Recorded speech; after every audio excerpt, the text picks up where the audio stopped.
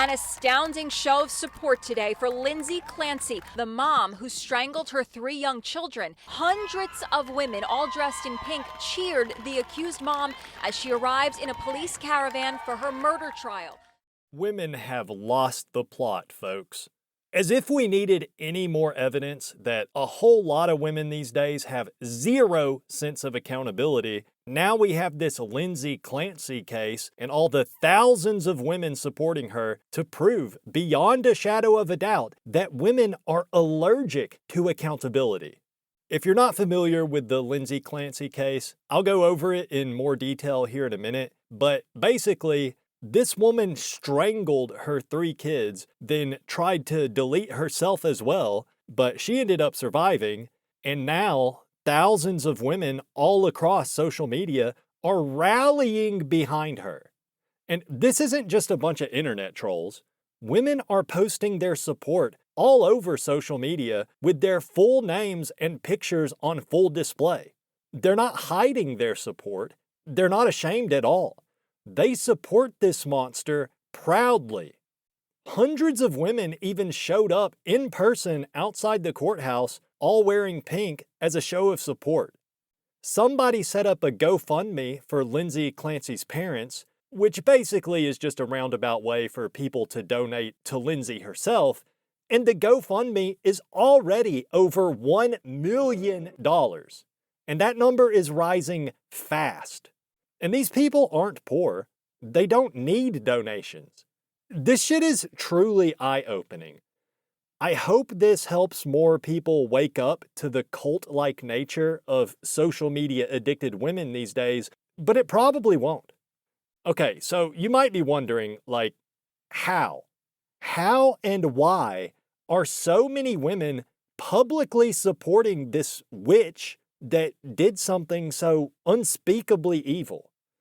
Well, as far as I can tell, the supporters fall into 2 camps, although both camps seem to agree that Lindsay's husband at the time is the one that's really at fault, because, of course, it could never be the woman's fault. It must be a man's fault, somehow.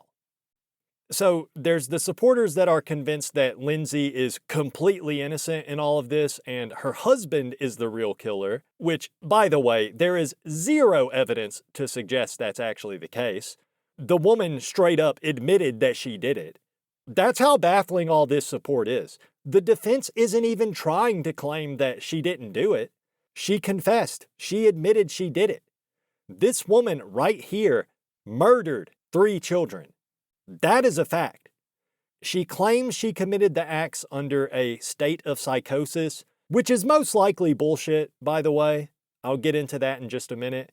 But yeah, that's one camp. They just think the husband did it. Okay, then the other camp is all the supporters that say, yeah, she did it, but it's still her deadbeat husband's fault because he wasn't supportive enough. Most of these supporters believe that the medical system is to blame as well. They say that Lindsay didn't get proper treatment when she sought help for her postpartum mental health issues, which this is what the actual defense is arguing in the case. They're arguing she had postpartum psychosis, so she's not guilty by reason of insanity. And I think it could be true that she may not have gotten the best possible treatment, but that's no excuse. That does not take away her agency in this. Okay, when you look at the details of the case, it's a classic case of maternal filicide. It's a category of crime that is so common, they have a name for it. There's thousands of documented cases. Basically, the pattern is that these women, for some reason or another, they believe that their children are better off outside this realm of existence. And in a lot of cases, it's just narcissism mixed with severe depression. I think that's probably what happened in this case. She wanted to leave this realm of existence, but she's such a narcissist that she thought that her kids couldn't possibly live without her, so she decided to take them too. Probably the main reason why I'm not buying the whole she was experiencing psychosis excuse. The way the events unfolded, she asked her husband to go run some errands, then she did what she did right after he left. She also had had an appointment with her psychiatrist the day before she did it, and the psychiatrist testified that she did not display any signs of psychosis, and she even denied having thoughts of committing any acts of harm. So to me, and obviously I'm not an expert, not trying to act like I am, this is just my opinion, but what it looks like to me is this woman had a plan to end things, and she wanted to take the kids with her probably because she's a narcissist. Then she ended up surviving, so now she's just making excuses, trying to get out of trouble. I'm not going to get into all the details, but after she did what she did, she started claiming that she heard a voice telling her to do it. Then in the time between then and now, when the trial is taking place, she's continued to give conflicting reports to different people. She told a prison chaplain that she was still hearing voices after the event, but then there's a forensic psychologist she's met with 60 times that testified that she's always maintained to him that the day of the killings was the last time she heard any voices. She can't even keep her story straight. And of course, ever since she committed her evil act, she's been under constant surveillance since then. Yet in all that time, which is about 3.5 years, she hasn't had any other instances of psychosis that have been observed by anybody. So to me, it just sounds like a convenient excuse. And I mean, just think about it. It's the obvious excuse anyone would think to try. You know, she was pretty much caught red-handed. The only options you have in that situation are you either accept responsibility for your actions, or you can try to plead insanity. Okay, so I'm not buying it, and I'm pretty sure if a man tried this exact same defense, nobody would believe it. In fact, there's plenty of cases where men have tried this excuse. The whole, I was hearing voices that told me to do it. And it's pretty much unanimous. Nobody believes them. Nobody believes a man when he makes this excuse. Look at Nicholas Cruz, the guy that committed the evil acts in Parkland, Florida back in 2018. This was the exact same excuse he used, and not a single person believed him because, duh, it's obviously just an excuse. But look, this isn't a true crime channel, okay? This video isn't about the facts behind the case. What I want to talk about is the absolutely mind-boggling reaction so many women are having to this case. Because Lindsay Clancy has a lot of supporters. And from what I'm seeing, most of the supporters, in one way or another, they're trying to shift the blame onto her husband. Or I guess now her ex-husband. Which, by the way, the husband has actually been supportive of her throughout all this. He says he forgives her for what she did, and he urges others to forgive her too. And if I'm not mistaken, he is of the opinion that the medical establishments are to blame for not recognizing the mental health crisis his wife was going through. So that's what makes it even more mind-boggling. The man is literally trying to help his ex-wife as best he can, despite what she did, but still they hate him.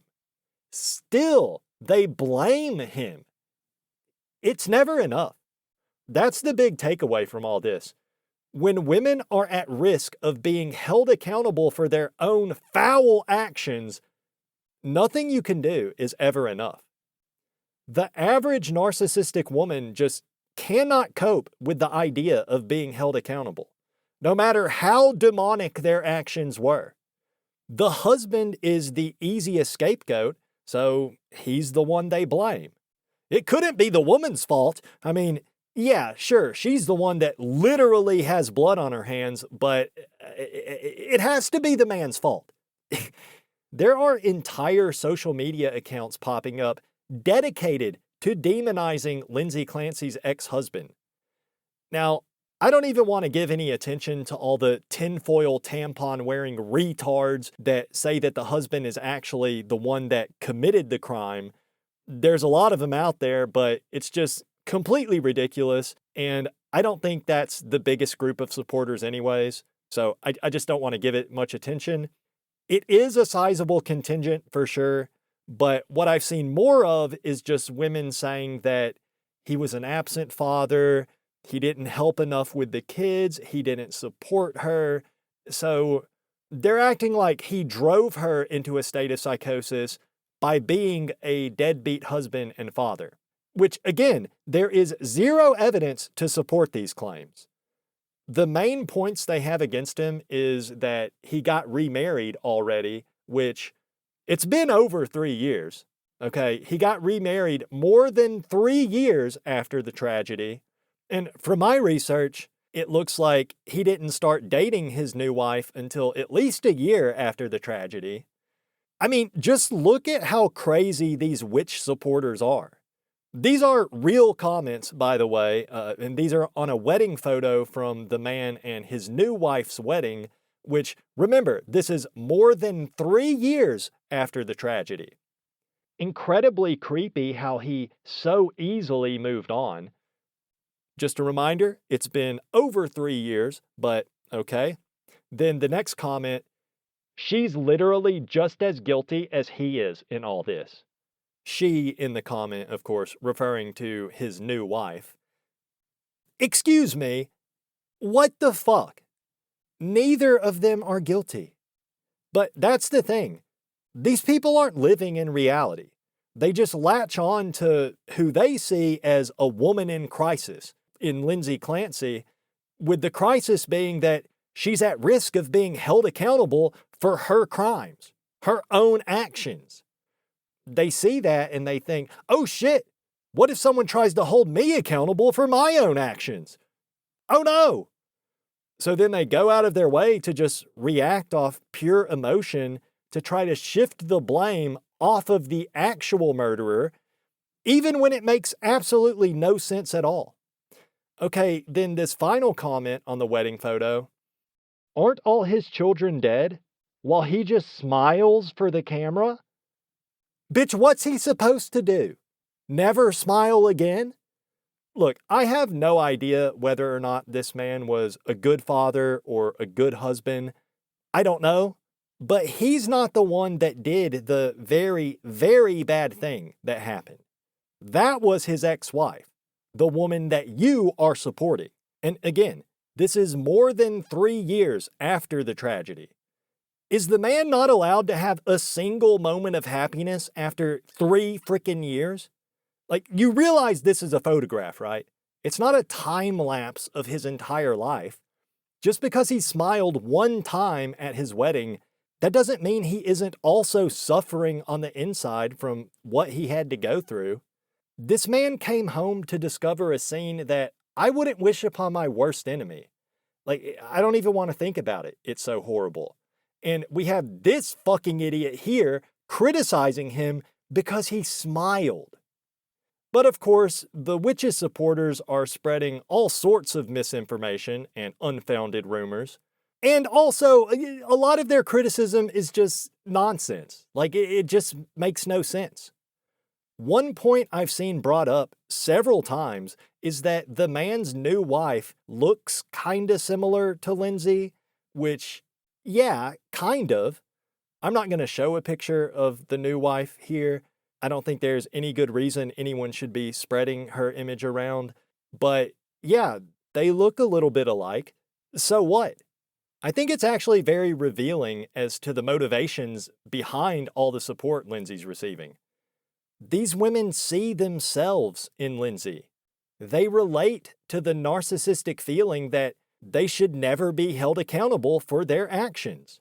A normal person looks at Lindsay Clancy and sees a cold-blooded killer. But her supporters look at her and they see themselves. So they latch on to these little things, these very minor things that they see as some kind of slight that they can relate to. Like, oh my God, his new wife looks just like her. My ex did the exact same thing. After he broke up with me, he started dating a girl that looks just like me. Ugh, what a pig. It's a classic narcissistic female redemption fantasy, or a coping strategy, whatever you want to call it. They try to convince themselves that their ex actually still isn't over them because, look, he's dating my clone. Never mind the fact that most women only want to date men that fit a very particular archetype. But it's like, so what if a guy dates a woman that looks somewhat similar to his ex? Did you ever think maybe the reason this happens is because you all have the same exact freaking sense of fashion and all the same socially approved hobbies and careers and everything else about you? But that's beside the point. Let's talk about the least insane of the witch's supporters. Because she does have a lot of supporters that admit that, yeah, she obviously did do it, but they just think that she should be found not guilty by reason of insanity because the medical systems failed her. Okay, so the issue with this reasoning is that even if you assume that she was in a state of psychosis when she did what she did, she still needs to be locked up for the rest of her life. If she is found in court to be not guilty by reason of insanity, then she still might be locked up for the rest of her life in some sort of mental institution, but she might not be. She would for sure be committed initially, but all it would take would be for her psychiatrist or whatever to determine that, okay, she's cured, she's better now, then they might just let her go free. And I don't care if this was psychosis. It is not okay for this woman to go free after what she did. She will forever be a danger to human life. If she had one sudden moment of psychosis, then it could happen again. And again, I'm not a psychiatrist. I'm not any kind of expert, but I'm also not a complete fucking retard. What she did, that's as bad as it gets. Psychosis or not, you cannot let someone that did that just walk free. There will always be the risk that she might do it again. Always. Especially because, look, the people that are arguing this is all just a failure of the medical system, you really think the solution is to put this supposedly psychotic person fully into the arms of that medical system that you believe is at fault for this in the first place? How does that make any sense? Anything other than a guilty verdict would be a tragic miscarriage of justice. It truly does concern me just how many women are supporting Lindsay Clancy. I know that social media isn't necessarily representative of the general population. Like, if you go outside and ask a bunch of random women what they think about this case, I think probably most of them would say, lock her up, she's evil. At least I hope that's the response you'd get. But regardless of that, the sheer number of passionate supporters this demon has, it's very concerning. There are thousands of women all over TikTok and Facebook and Instagram. They're commenting things like, I just want to give her a hug so bad. I hope she knows how much we love and support her. They're making these dramatic TikTok edits of some of the courtroom footage. They're doing everything they can to demonize the prosecution. You just know that if a man tried to plead insanity because he suddenly had a moment of psychosis, even if he had a similar history of seeking psychiatric help, like the witch in this case did, none of these women would be standing behind him, and other men wouldn't be supporting him either. This isn't about logic. This is a mass knee-jerk reaction where women are supporting this woman because she's a woman. And there's a man in the picture, her ex-husband, that they can all point their fingers at. This is every narcissistic woman's chance to stand together and say, hey, none of the fucked up things I do are my fault. You can't hold us accountable. This is a perfect example of the cult-like behavior that way too many women engage in.